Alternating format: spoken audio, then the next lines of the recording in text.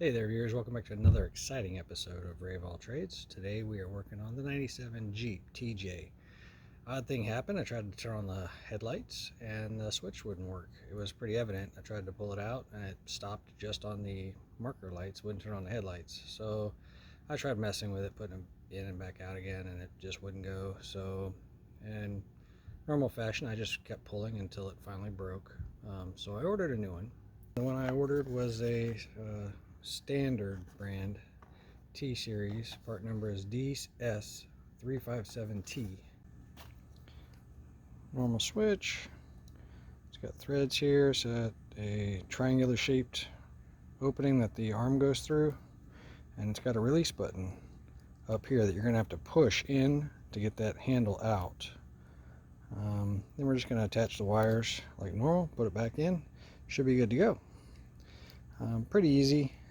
This, as you're looking on the back side here, these contacts are what connects to this tab right over here, and that's where you get your dimmer light switch control from.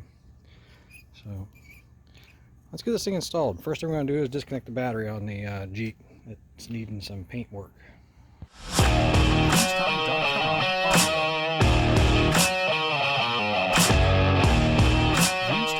So tools needed for the battery, just for mine, is a 1/2-inch wrench. A lot of them are 1/2 inch, 13mm, or 10mm. Depends on the type of connector you have.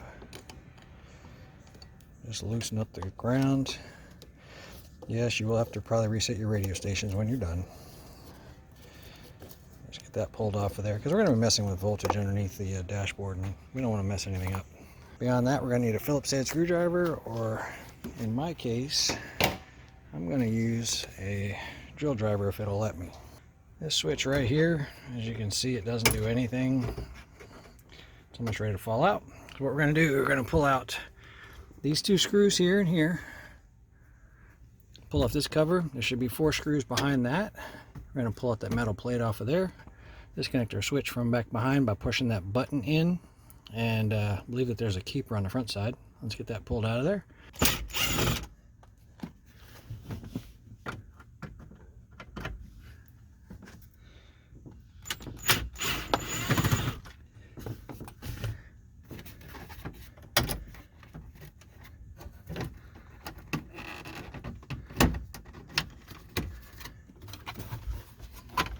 So pulling towards me, and I believe we want to pull up to get this out of here.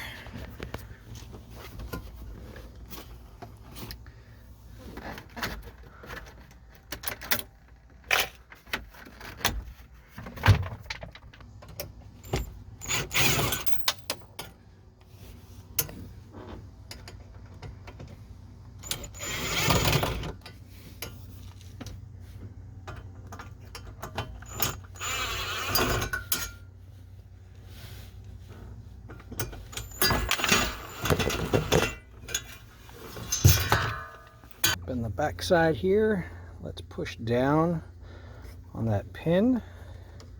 Let's make this all one-handed. There we go. Push down on the pin, and I was able to pull this completely out. Well, almost completely out. Let me try pushing down on the pin again. There we go. Just take 2 hands. This should unscrew from here. Let me get a pair of pliers and try to take this, unscrew this. Get a pair of pliers and try to unscrew this.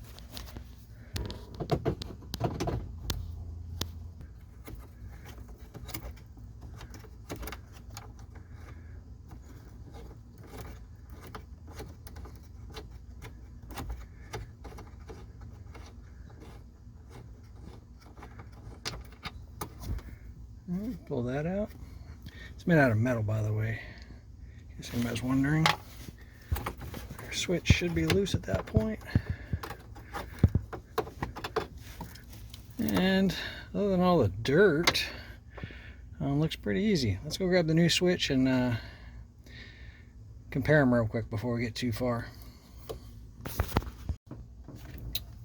Okay, just comparing one for one. That looks pretty close. The rest of that looks pretty close. Let me get this connector off. this one, push it on that tab right here. Push on this tab right here, and it locks on here. Go ahead and get it in place. Let's see on here, it looks like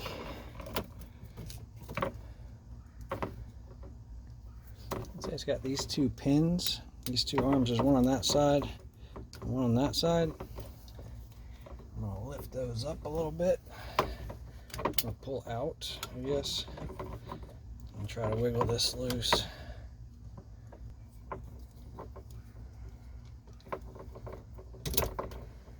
Wow, that was some effort to get that thing loose. So yeah, it took a lot of pressure to get that loose off of there.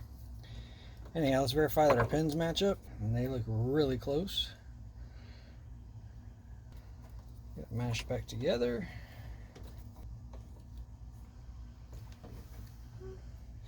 Because that was so easy to swap out, I am going to go ahead and anchor this in and test it.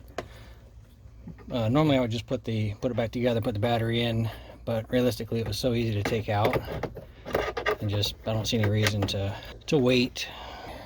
Yeah, looks like there's a keyway right here on the bottom. Let's go ahead and thread this in.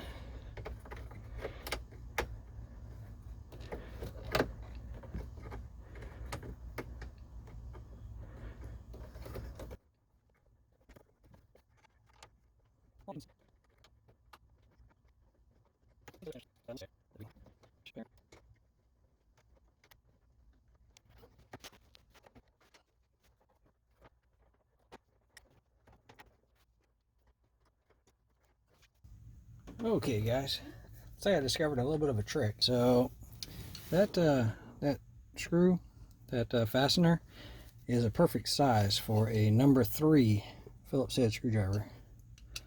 I think that would allow me to get a little bit of ability to push in and tighten at the same time.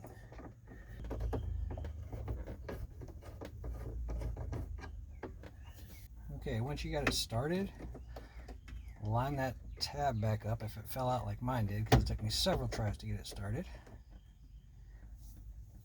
Just make sure that switch is all the way back up in place. In other words, that little tab at the bottom of that keyway is locked in. And then let's go ahead and line that back up. There's a pin that kept it from falling out, but you should be able to push it back in without that pin.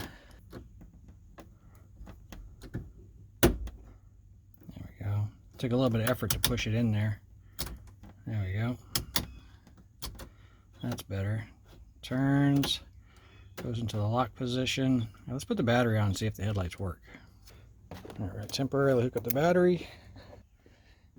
Pull the headlights on. Headlights working. Let's make sure the interior light comes on. Interior light comes on. There we go.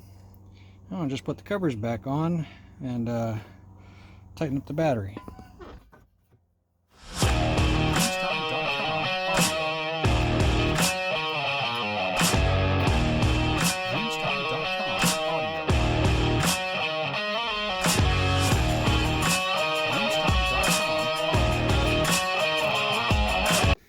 Let's verify the headlights still work, and they do. Don't forget to tighten up that battery. Now's a great time to verify that you don't have any corrosion on your battery.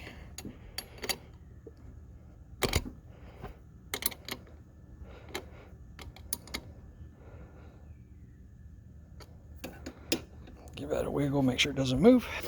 That's it guys, that's the 97 Jeep Wrangler TJ headlight switch. Pretty easy to do. Probably would have been easier had I used a number 3 Phillips head screwdriver from the get-go. Would have made it a little bit easier anyhow. Yeah.